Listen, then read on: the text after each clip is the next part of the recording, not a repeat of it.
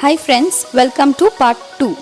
Part 1 में हमने देखा कि वूरी का गलती से आर्टिफिशियल इंसेमिनेशन हो चुका है।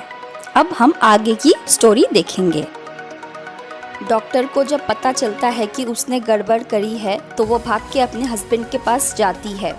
तो उसका हस्बैंड कहता है कि तुम अभी किसी को कुछ मत बोलो।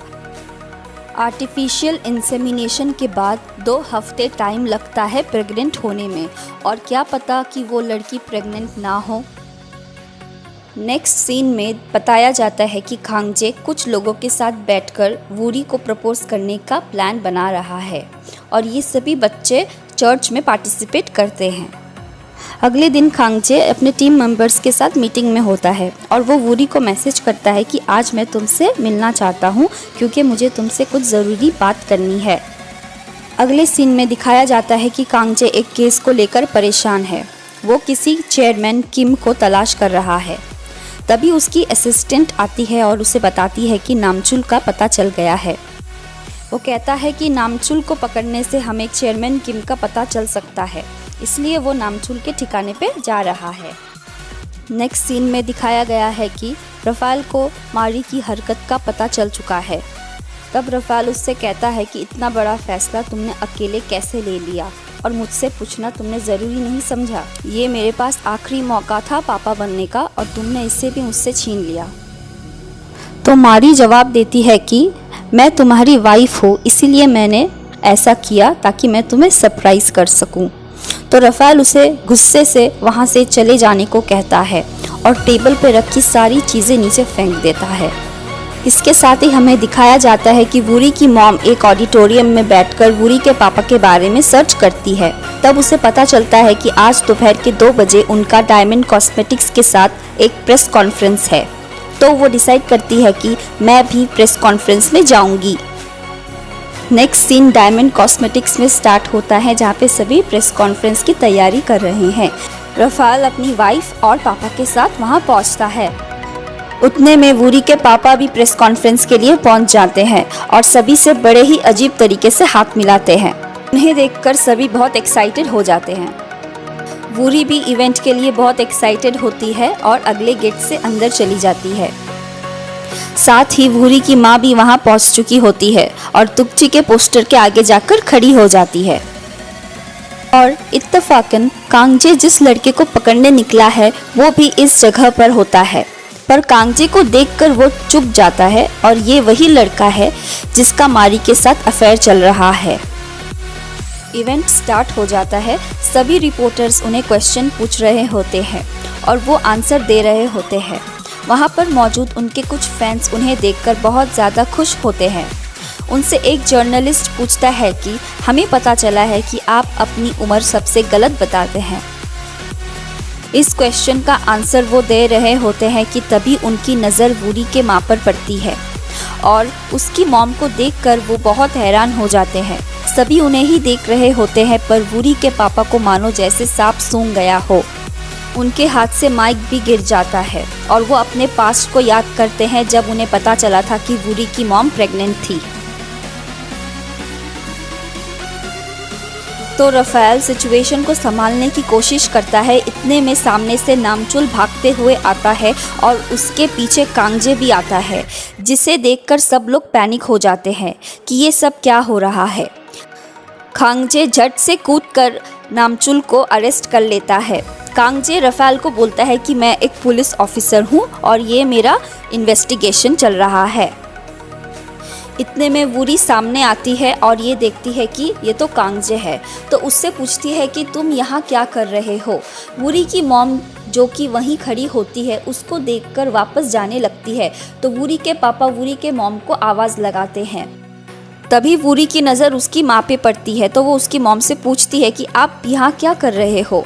और वूरी ये देखकर भी हैरान हो जाती है कि इतने बड़े स्टार मेरी मॉम को कैसे जानते हैं। एक बड़ी ही अजीब सी सिचुएशन क्रिएट हो जाती है और सभी एक दूसरे को देखने लगते हैं। तो रफाल वूरी से कहता है कि क्या तुम इन सबको ग्रीन रूम तक छोड़ दोगी। वूरी रफाल को देखती है और उसे देखते ही रह जाती है। उसके बाद चक्कर खा के गिर जाती है। नेक्स्ट सीन में वूरी को हॉस्पिटल में होश आता है तो उसके साथ उसकी मॉम, कांगजे और राफेल भी होते हैं। तभी डॉक्टर आ जाते हैं और वूरी से पूछते हैं कि तुम्हें उल्टियाँ हो रही है। तो वूरी कहती है कि हाँ, और मुझे रह रह के चक्कर भी आ रहे हैं। तो डॉक्टर उसे कहते हैं कि प्रेगनेंसी में अक्सर ऐसा होता है। ये बात जैसे ही वूरी की माँ और कांगजे सुनते हैं तो दोनों हैरान हो जाते हैं। राफेल वहीं खड़ा होता है तो ये खबर सुन के वो क्लैप करता है और कॉन्ग्रेचुलेशंस बोलता है। लेकिन वूरी, उसकी मॉम और कांगजे खबर सुन के ज़ोर ज़ोर से हंसने लगते हैं। राफेल और डॉक्टर इन तीनों को हंसता देख कंफ्यूज हो जाते हैं। वूरी कहती है कि ऐसा हो ही नहीं सकता। तो डॉक्टर कहते हैं कि आपका अभी अभी ब्लड टेस्ट हुआ है और आपका रिपोर्ट पॉजिटिव आया है। वूरी की माँ कांगजे पे शक करती है तो कांगजे झट से कहता है कि नहीं, ऐसा नहीं है, ये गलत है। तब वूरी वापस से टेस्ट लेने की रिक्वेस्ट करती है और 2-3 बार और टेस्ट करने के बाद भी उसका रिजल्ट पॉजिटिव ही आता है। राफेल को ये सब देख के कुछ समझ नहीं आता है तो वो कहता है कि ठीक है, मैं अभी वापस चला जाता हूँ। वूरी झट से खड़ी हो जाती है और कहती है कि ऐसा हो ही नहीं सकता और मैं अपने गायनेकोलॉजिस्ट के पास जा रही हूँ। वूरी की माँ और वूरी डॉक्टर के पास जाती है तो वो डॉक्टर उन दोनों को बताती है कि हाँ, वूरी प्रेग्नेंट है और मैंने उनका गलती से आर्टिफिशियल इंसेमिनेशन कर दिया था। ये सुनने के बाद वूरी की माँ अपना आपा खो देती है और उस डॉक्टर को मारने लगती है। वूरी की नॉट सो हैपनिंग लाइफ में इतना बड़ा ट्विस्ट आने के वजह से वो बहुत ज़्यादा हैरान हो जाती है और उसे अपने कानों पर बिल्कुल यकीन नहीं होता है कि ये मैं क्या सुन रही हूँ।